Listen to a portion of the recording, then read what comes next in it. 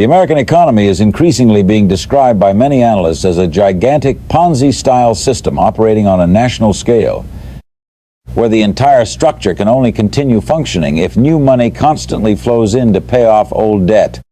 A Ponzi scheme fundamentally works by using money from new participants to pay earlier participants, creating the illusion of strong growth and massive profitability, while, in reality, there is no truly sustainable foundation underneath it all.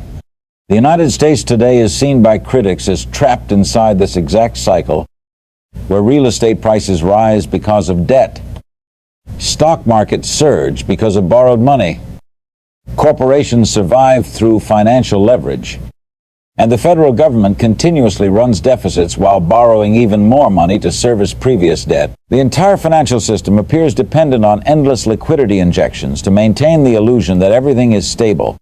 But the problem is that once there are not enough new buyers, new investors, or new borrowers entering the system, the entire structure begins to crack. After years of ultra-low interest rates, Americans rushed into buying homes with cheap loans.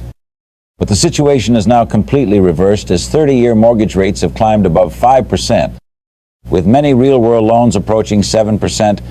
This has dramatically increased the cost of home ownership to the point where many families can no longer afford it. Homes purchased at extremely inflated prices just a few years ago are now becoming impossible to resell because buyers simply cannot afford the financing. The housing market is gradually freezing as sellers cannot find buyers while potential buyers cannot qualify for loans.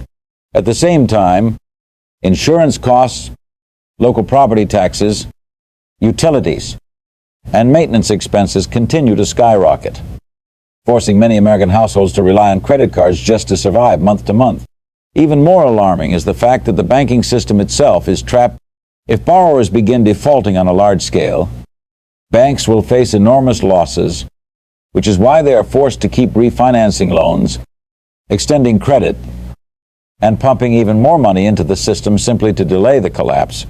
This is one of the classic characteristics of a financial Ponzi structure, taking on more debt to hide insolvency.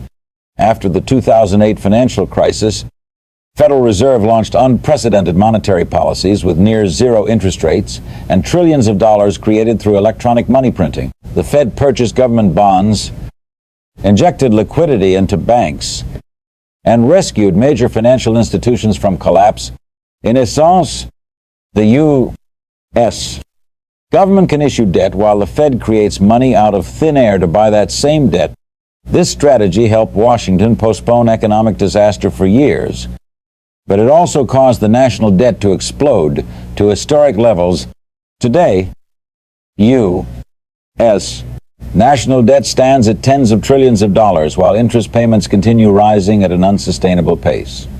Following the massive bailout programs after the 2008 crisis, stock markets and real estate experienced enormous growth, causing the wealth of the ultra-rich to soar, while working-class Americans face the exact opposite reality. This has created what economists describe as a K-shaped economy, where the upper class, those who own stocks and real estate, continue rising, while the middle and lower classes fall further behind.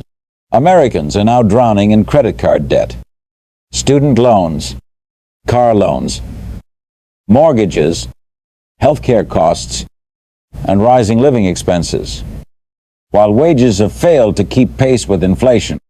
A large portion of consumer spending growth in the United States now comes primarily from the wealthiest 10% of the population, who continue spending heavily on luxury goods, travel, designer fashion, and expensive services, while the middle class struggles just to pay rent, buy groceries, and cover utility bills.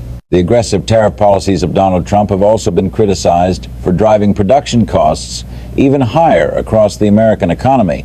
Rising steel, aluminum, and raw material prices have made agricultural machinery, trucks, and industrial equipment significantly more expensive.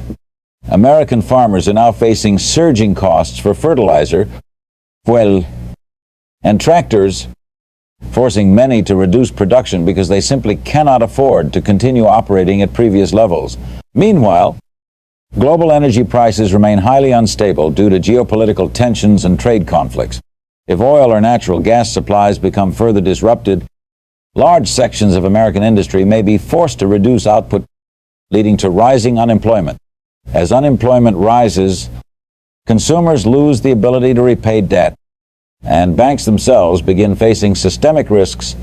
The greatest contradiction today is that while ordinary Americans are becoming financially weaker, the stock market continues hitting record highs because massive amounts of financial liquidity are still flowing into financial assets instead of the real productive economy. Corporations continue borrowing money to buy back their own shares, while speculative investors keep pushing asset prices higher, widening the wealth gap even further. More and more voices are now warning that the United States may be entering its most dangerous economic phase since the financial crisis of 2008. Unlike the inflation crisis of the 1970s or the era of Paul Volcker, today's problem is not that workers are earning excessively high wages. On the contrary, workers are being crushed under mountains of debt while incomes remain stagnant. This type of crisis is potentially even more dangerous because when consumer spending weakens, production slows, employment declines, and debt continues growing at the same time. The entire system gradually loses the ability to sustain itself. And if confidence in financial markets eventually breaks, the next collapse may not simply be an ordinary recession, but a full-scale systemic global debt crisis